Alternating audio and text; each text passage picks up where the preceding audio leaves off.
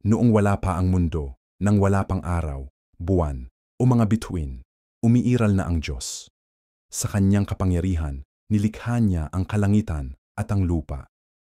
Sa loob ng 6 na araw, nilikha niya ang lahat ng bagay, ang liwanag, ang langit, ang karagatan, ang mga halaman, hayop, at mga bituin. Sa ika-6 na araw, nilikha niya ang pinaka-espesyal sa lahat, ang tao. Mula sa alabok ng lupa, hinugis ng Diyos ang unang lalaki. Hiningahan niya ito ng buhay, at ito'y naging isang buhay na nilalang. Pinangalanan siya ng Diyos na Adan. Nakita ng Diyos na maganda ang lahat ng kanyang nilikha, pero may isang kulang. Mag-isa si Adan.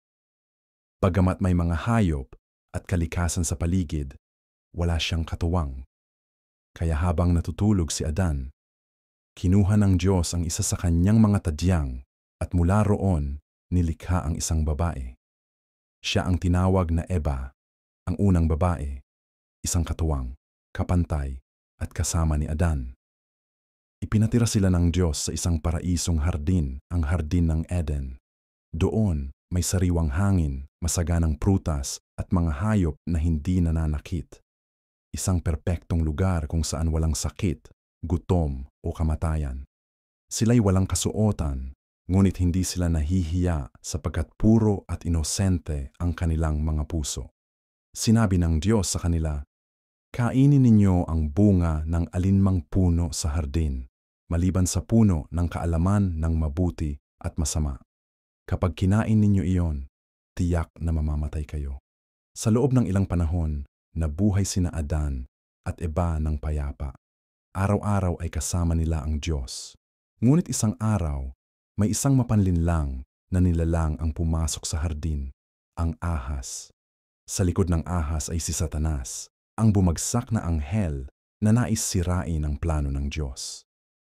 Nilapitan ng ahas si Eva at nagsalita, "Totoo bang sinabi ng Diyos na hindi kayo maaaring kumain ng bunga ng alinmang puno sa hardin?" Sumagot si Eva, "Maaari naming kainin ang bunga ng kahit anong puno, maliban sa punong nasa gitna ng hardin." Sinabi ng Diyos na huwag naming kainin iyon, ni huwag naming hawakan, kundi kami mamamatay. Ngunit ang ahas ay tuso. "Hindi kayo mamamatay," sabi niya. "Kapag kinain ninyo iyon, mabubuksan ang inyong mga mata. Magiging tulad kayo ng Diyos, makakakilala ng mabuti at masama." Nang makita ni Eva na maganda ang bunga at wari nakakapagbigay ng karunungan, siya'y naakit. Kinuha niya ang bunga at kumain. Pagkatapos, ibinigay niya ito kay Adan at kumain din ito. Sa isang iglap, nabuksan ang kanilang mga mata. Napagtanto nilang sila'y hubad. Nakaramdam sila ng hiya at takot. Kumuha sila ng mga dahon ng igos at ginawang pantakip sa kanilang katawan. Sa unang pagkakataon, sila'y nagtago sa Diyos. Tinawag sila ng Diyos, "Adan, nasaan ka?" Sumagot si Adan, "Narinig ko kayo sa hardin at natakot ako, sapagkat ako'y hubad, kaya nagtago ako." Tinanong ng Diyos, "Sino ang nagsabing hubad ka? Kumain ka ba ng bunga ng punong ipinagbawal ko sa inyo?" Umamin si Adan, ngunit sinisi niya si Eva. "Ang babaeng ibinigay ninyo sa akin, siya ang nagbigay ng bunga." Tinanong ng Diyos si Eva, "Ano ang ginawa mo?" Sumagot si Eva, "Dinaya ako ng ahas, kaya ako kumain." Dahil sa kanilang pagsuway, pinarusahan sila ng Diyos. Ang ahas ay isinumpa na gumapang sa lupa, habang buhay, at magiging kaaway ng sangkatauhan. Ipinangako ng Diyos na darating ang isang tagapagligtas mula sa angkan ng babae na dudurog sa ulo ng ahas. Si Eva ay pinarusahan ng hirap sa panganganak at pananabik sa kanyang asawa.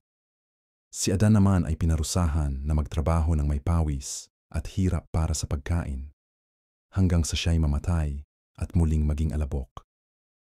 At sila'y pinalayas mula sa hardin ng Eden. Sa labas ng paraiso, nagsimula silang mamuhay sa isang mundong may hirap, lungkot at kamatayan. Ngunit dala pa rin nila ang pangakong minsang ibinigay ng Diyos na darating ang araw ng pagtubos. Ito ang kwento ni na Adan at Eva. Isang paalala na ang pagsuway ay may kapalit. Ngunit ang pag-ibig ng Diyos ay hindi nagmamaliw.